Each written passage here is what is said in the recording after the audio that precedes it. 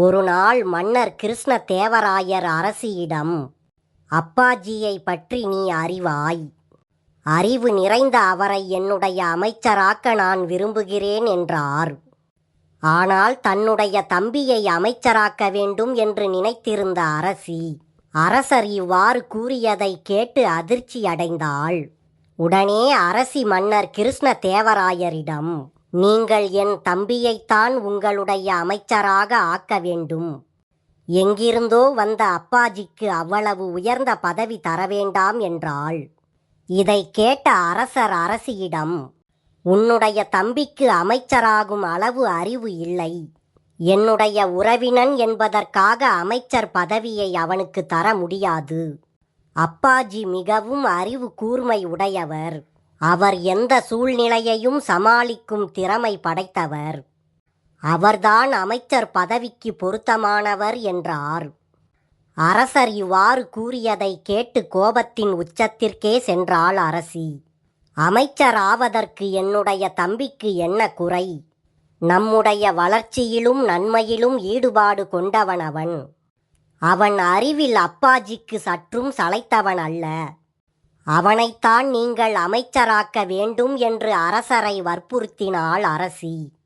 பிறகு சிறிது நேரம் யோசித்த அரசர் அரசியிடம், உன் தம்பிக்கும் அப்பாஜிக்கும் ஒரு போட்டி வைக்கிறேன். உன்னுடைய தம்பி அந்த போட்டியில் வென்றால் நானே அவனை அமைச்சராக நியமிக்கின்றேன். அவன் தோற்றுவிட்டால் மேலும் நீ என்னை வற்புறுத்தக்கூடாது என்றார். அரசியும் அரசர் கூறியதற்கு ஒப்புக்கொண்டாள். மறுநாள் அரசவை கூடியது. அப்பாஜியையும் அரசியின் தம்பியையும் அங்கே அழைத்தார் அரசர். பின் அவர்கள் இருவரிடமும் அரசர் கூறினார், நேற்று இரவு என் மேல் ஒருவன் அமர்ந்து கால்களால் என்னை எட்டி உதைத்தான். அவன் என்னுடைய முகத்திலும் எச்சிலை துப்பினான். அவனுக்கு என்ன தண்டனை தரலாம் சொல்லுங்கள் என்றார். உடனே அரசியின் தம்பி கோபத்துடன், எல்லோரும் மதித்து வணங்கும் அரசர் நீங்கள். உங்கள் மேல் ஒருவன் ஏறி அமர்ந்தானா? அவன் உங்களை கால்களால் எட்டி உதைத்தானா? உங்கள் முகத்தில் எச்சிலை துப்பினானா? உங்களை இப்படி இழிவுபடுத்திய அந்த கொடியவன் உயிருடன் இருக்கக்கூடாது. அவனுக்கு தரும் தண்டனை மற்றவர்களுக்கு ஒரு பாடமாக இருக்க வேண்டும். உங்களை உதைத்த அவனுடைய கால்களை வெட்டி எறிய வேண்டும்.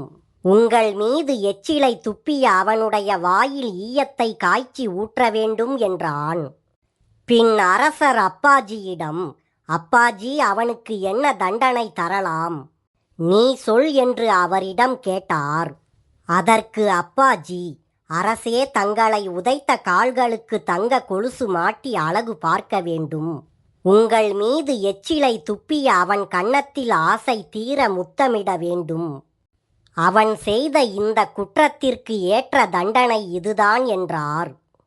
அரசவையில் இருந்த எல்லோரும் அப்பாஜி கூறியதை கேட்டு அதிர்ச்சி அடைந்தார்கள்.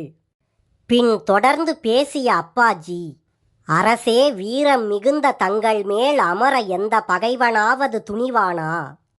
அப்படி அமர்ந்தால் அடுத்த நொடியே அவன் உயிர் போயிருக்காதா?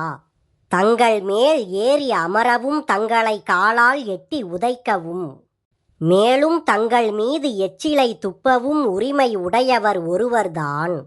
அவர் தங்களுடைய மழலை செல்வமான இளவரசர்தான். இளவரசர் அப்படி செய்வதை பார்த்து நீங்கள் உள்ளம் பூரிப்பீர்கள். அதனால்தான் அவருக்கு பரிசு வழங்க சொன்னேன் என்று விளக்கினார் அப்பாஜி. அப்பாஜி கூறிய விளக்கத்தை கேட்ட அரசர் அரசியிடம், உன்னுடைய தம்பிக்கு அமைச்சராகும் தகுதி இல்லை என்றேன் நீ கேட்கவில்லை. தகுதி இல்லாதவனை அமைச்சராக்கி இருந்தால் அவன் இளவரசனின் கால்களை வெட்டியிருப்பான். மேலும் இளவரசனின் வாயில் ஈயத்தை காய்ச்சி ஊற்றியிருப்பான் என்றார் அரசர். அதன் பிறகு அந்த நாட்டின் அமைச்சரானார் அப்பாஜி. நெல் பயிருக்கு தண்ணீரை பாய்ச்சுவார்களே தவிர காட்டில் விளையும் புல்லுக்கு யாராவது தண்ணீரை பாய்ச்சுவார்களா? பாய்ச்ச மாட்டார்கள்.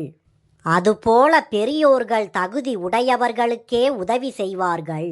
தகுதி இல்லாதவர்களுக்கு அவர்கள் உதவி செய்ய மாட்டார்கள். இதுவே இந்த கதை சொல்லும் நீதியாகும்.